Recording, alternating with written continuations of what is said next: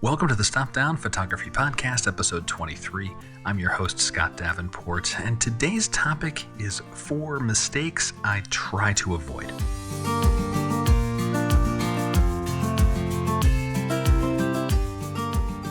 Hi, everyone. Welcome. Thanks for spending a few minutes of your day with me. I hope you're doing well. I've had a good week. Continuing to find health and safety, and maybe even working a little photography into your week. My trips outside are starting to grow a little more. Not as extended as they were, but we're getting there. Baby steps. Today we're going to talk about mistakes. These are mistakes that I have made. I'm sure I will make again with my photography. There's 4 that I want to talk about. You might say, wow, 4, only 4, Scott? Well, that's great. Well, no, of course not. I make tons of mistakes daily, and not just with photography, but that's probably a different podcast. The 4 mistakes I want to talk about are broader in scope. These are things that I think affect the artistic pursuit. So I'm not talking about things like you forget to reset your ISO, or you leave the camera in JPEG mode and do an entire shoot and don't have raw photos, not stuff like that. These are mistakes, and maybe they're more like trappings, pitfalls that we can encounter again and again.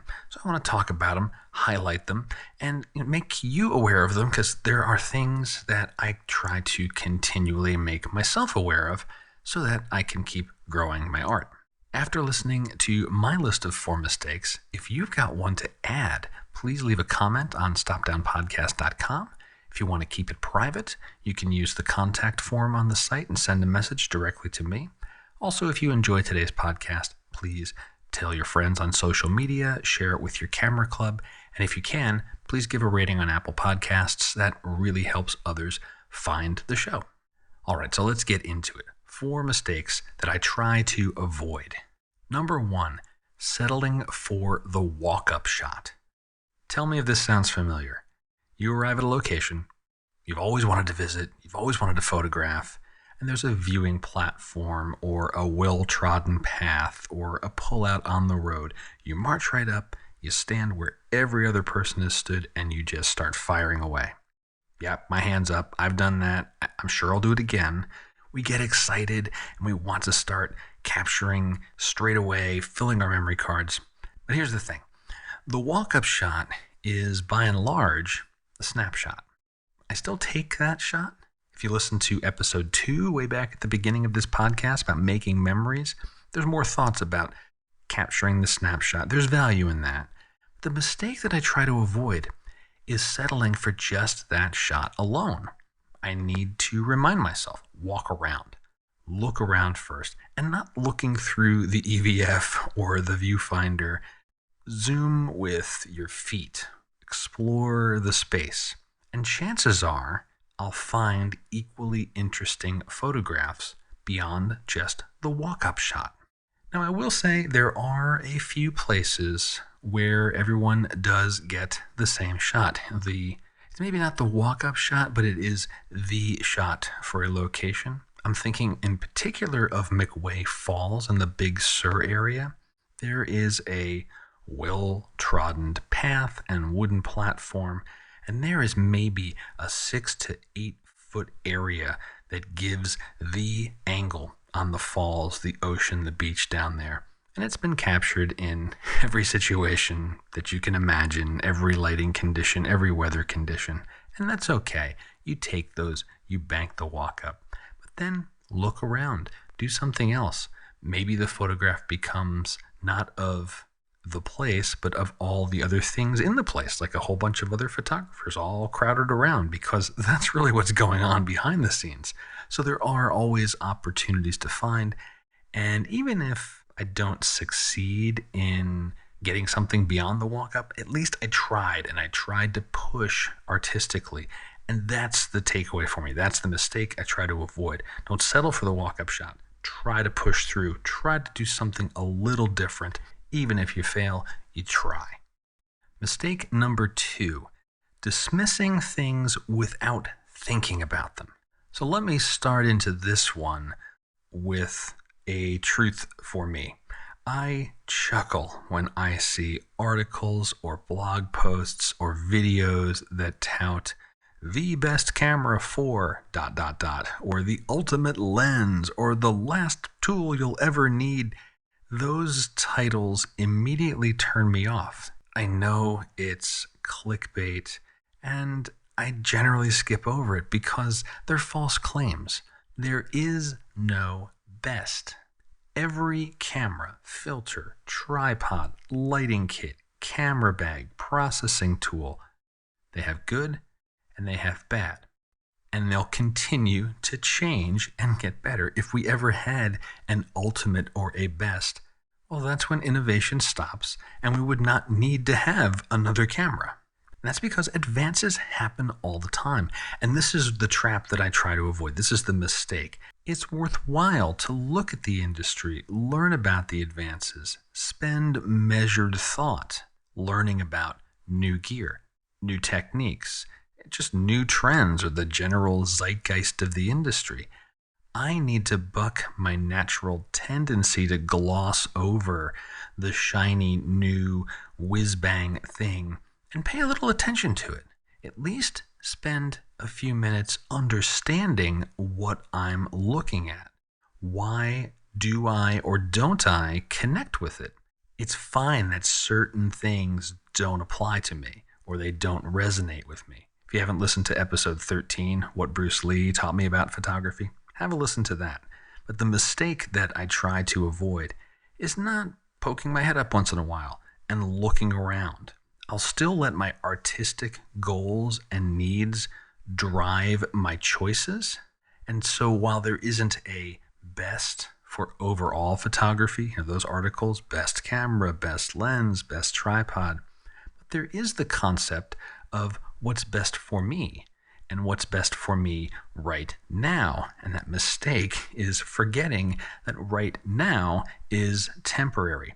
I change, the industry changes. From time to time, I have to take stock of that because there may be something there that will spark some creativity or help me advance my art. Mistake number 3, the third mistake I try to avoid, is overcommitting. And this one, I have to say, is tough for me. Just trying to do too much when time is finite, life is busy. When I overcommit, my photography and my creativity suffers. And this cuts two ways. One area I can overcommit is just with photography itself. So in my case, for example, I'm a photo educator, so my work is often driven by a project, a new training course, or a book project. It's going to take a chunk of time. It usually has a deadline, and it's not particularly easy to put creativity on a time clock. You can't sit down and say, all right, from 9 to 9:45 today, I'll be extra creative. It doesn't work that way. The new projects also have to compete with anything that's ongoing, like long-term sustained projects. Using examples for me, I produce 3 YouTube videos a week, post-processing tips, field videos, camera technique reviews, whatever it may be. There's also this podcast, another weekly endeavor that I choose to produce and take on. And of course, I enjoy these things. I wouldn't do them otherwise, but they do take time, and there is a finite amount of time that can be dedicated to photography. Thinking back to when I first started in photography, a different kind of overcommittal, at least how I found it, was trying to do a 365 project, a photo a day. Well, that should be pretty easy, right? Take a photo a day, no big deal. And I learned firsthand why so many 365 projects fail. Making a creative photograph every day of the year is hard, especially when you don't make sure you've carved out time to dedicate to it. You can't just slip in a creative photo every day. It's not as easy as it seems. A 52 project, one a week, that was more my speed. 52 was something where I could be a little more measured about it. And it was the right balance of pressure to produce something, which is, it's good to have that kind of motivation, versus the time to invest in it and do it right. Now, of course, the other arena we can overcommit, at least I can for sure, is just life in general. Maybe you can relate. In addition to being a photographer, I'm a husband, I'm a parent. For you, maybe you have other family commitments or you're active in your local community. You've got a side hustle that takes time, whatever it may be. We're also people that need sleep. We need to exercise. Sometimes we just need to vegetate and zone out and recharge. When I get overcommitted, I get burned out and creativity suffers. You might know the feeling. You reach the end of a hectic, stressful day, and there is just no energy to spin up your creative mind. And that brings me to a couple of things I do that keep creativity in my daily routine, as well as checks and balances to not be overcommitted. So for creativity, I like to do those things as early in the day as possible, sometimes before anyone else in the family is up and awake. Maybe it's an actual photo outing, or maybe it's just reading articles about photography, listening to a podcast, working on a personal photo project. Just some amount of time that can stir the creative part of my brain.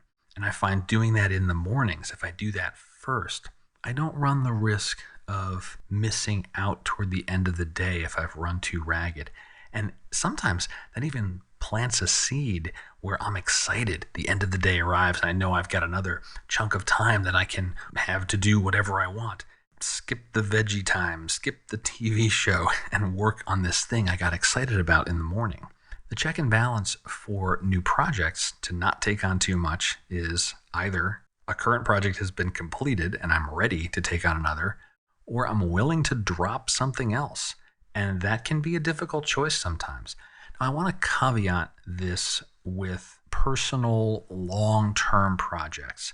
I think actually having several of those going at the same time as like background things, that's good. There's no time limit. There's no deadline. You can float among and between them.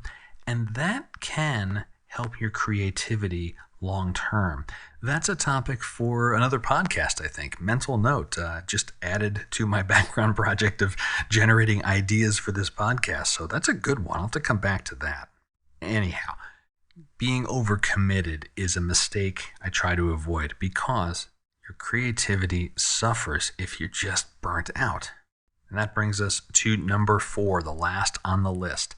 The fourth mistake I try to avoid is valuing technical execution over a truly emotive image. So let me unpack this a little bit more. So technical execution, I'm talking here about a great exposure, shadows, highlights, midtones. It's all there. It's all balanced. The focus is tack sharp. The perfect depth of field choice. Composition is spot on. Subject on a third. No distracting elements. Photo is processed beautifully. Color corrected to perfection. All of that, and the photo still falls flat. It's just boring. Measure that against an image that makes a connection with a viewer. Something that evokes an immediate and a strong feeling.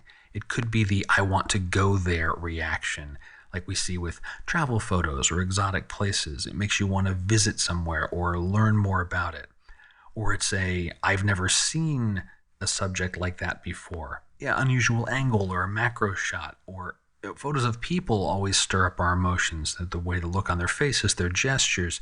Photos of nature that inspire or calm us, those photos that just stop us for at least a second or two and really grab our attention and stir something up. And even if those types of photos, those ones that emote something to us, they're maybe a little soft at the corners, maybe they're not perfectly exposed, but they're stronger photos. And those are the images that stick with us. So photos that are imperfect from a technical point of view can still be images of higher quality. So seeking out and valuing emotive images is a goal for me. I don't always achieve it. I argue, quite successfully argue, I imagine, that I miss that target all the time. But when I think about the photos we consider great of the last 50 years, 100 years, the large majority of them, if not all of them, We're created with gear that is far less technically capable than the cameras we have today. I'd say even in most cases, the phone you have in your pocket. The thing is, getting a technically strong image is easier and easier as each camera iteration comes along. The technology improves every year. It's more dynamic range, more lens resolution, image stabilization, AI processing, computational photography. Our cameras and our tools are doing more and more of the heavy lifting for us to master the technical execution. Emotive images are left to us, the photographers. So while I strive to have good, if not great, technical execution on my photos, what I really want to get is an emotive image, something that will connect with my viewer, make them feel something. And if I can put the two together, then you've really, really got a strong photo. I'll close out this thought with a quote from Ansel Adams. There is nothing worse than a sharp image of a fuzzy concept.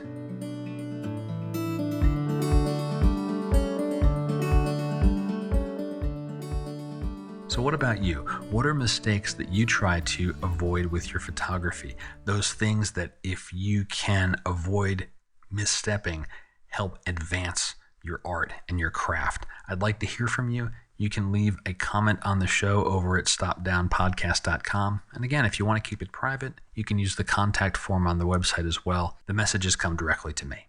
As I close out today's show, thanks again to the supporters on Patreon. It is your support that makes this podcast possible. If you're interested in learning more about the Patreon community, check the show notes, and there's a support the show button on all pages of stopdownpodcast.com where you can learn more. I hope you enjoyed today's show. Mistakes happen. It's part of photography, it's part of life, but it's good that we can recognize when we're making a mistake, or at least the patterns that might lead us to making a mistake. Because every once in a while, we catch ourselves, we avoid the mistake, and our artwork is better for it. If you enjoyed the show, again, if you can tell a friend, rate and review on Apple Podcasts, would really appreciate it. I'm looking forward to being back next week with another topic. And until then, my name is Scott Davenport. Have fun.